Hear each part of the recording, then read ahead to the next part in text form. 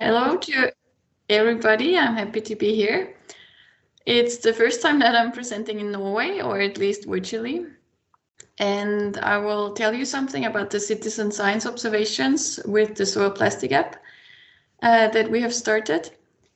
And first, I want to give you some information about the background, so the project, the research project that it's related to, and what me and my colleagues have been working on recently. So in this figure, which seems like a lot, but I think it summarizes very well the various sources of plastic in agriculture and its pathways. So we won't go through all of it, but just what you probably know is that there is direct and indirect sources of plastics and microplastics. So like direct sources might be plastic products that are really used in the field. Indirect sources of plastic can be compost or other organic materials that are brought to the field. And then from there or from other places, plastic is transported to various compartments of the landscape. So can be in or through the soil and into water. And some studies have shown the effects of microplastics on soil. And this might be that microplastics decrease certain organisms such as mites and larvae. And it has impacts on soil attributes, for example, on water infiltration.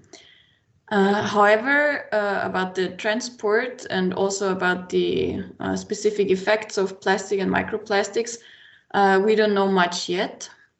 So yeah, we still want to understand more. And one project at the moment that we're also part of is Minagres, which investigates those knowledge gaps. It's about the micro and nanoplastics in agricultural soils. It's a 5-year project.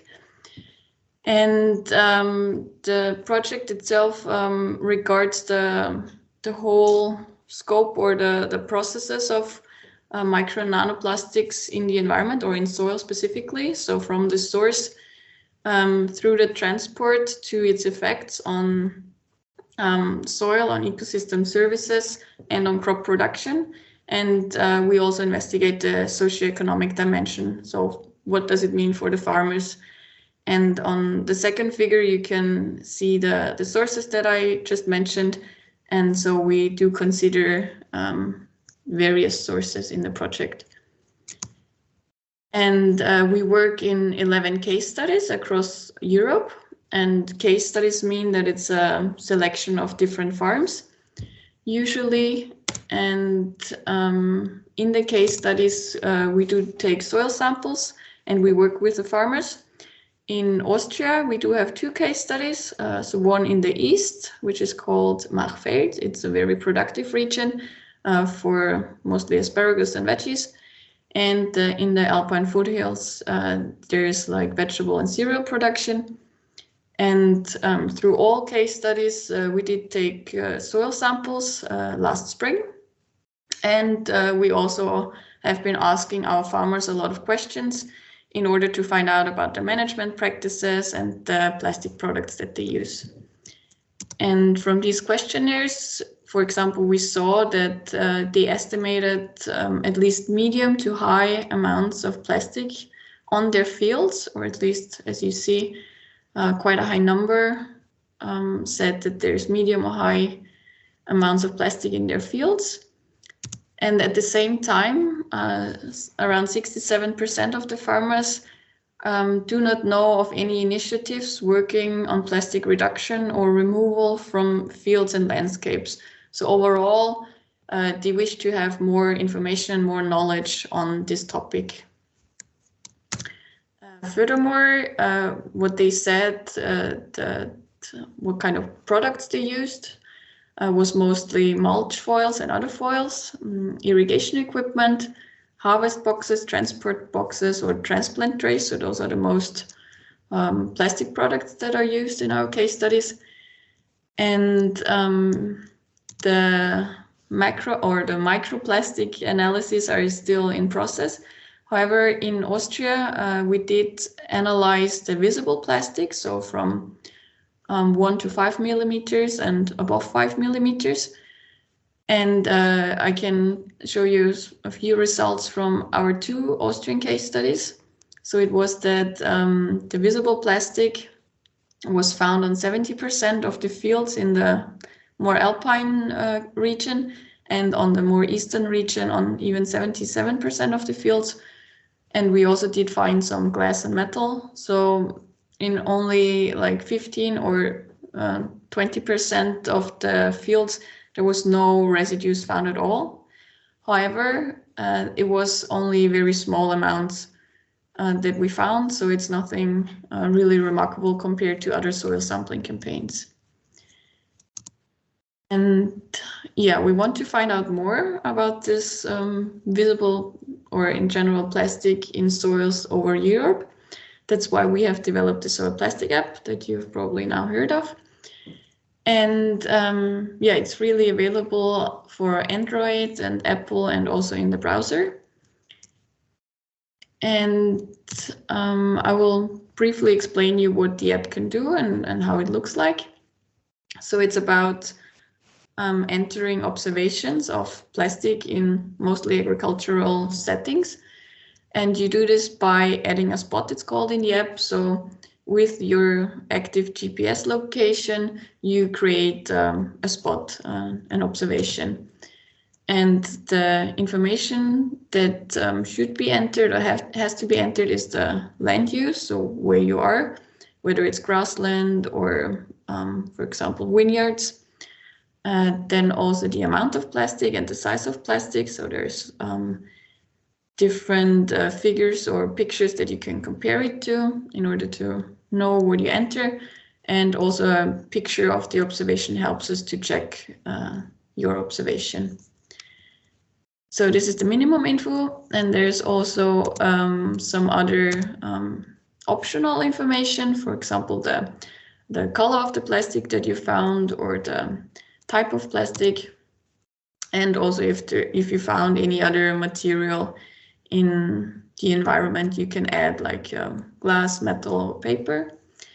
And of course, we in the environment are very happy if you tick the box that you collected whatever you found in the field. And of course, if you then also take it with you and dispose it.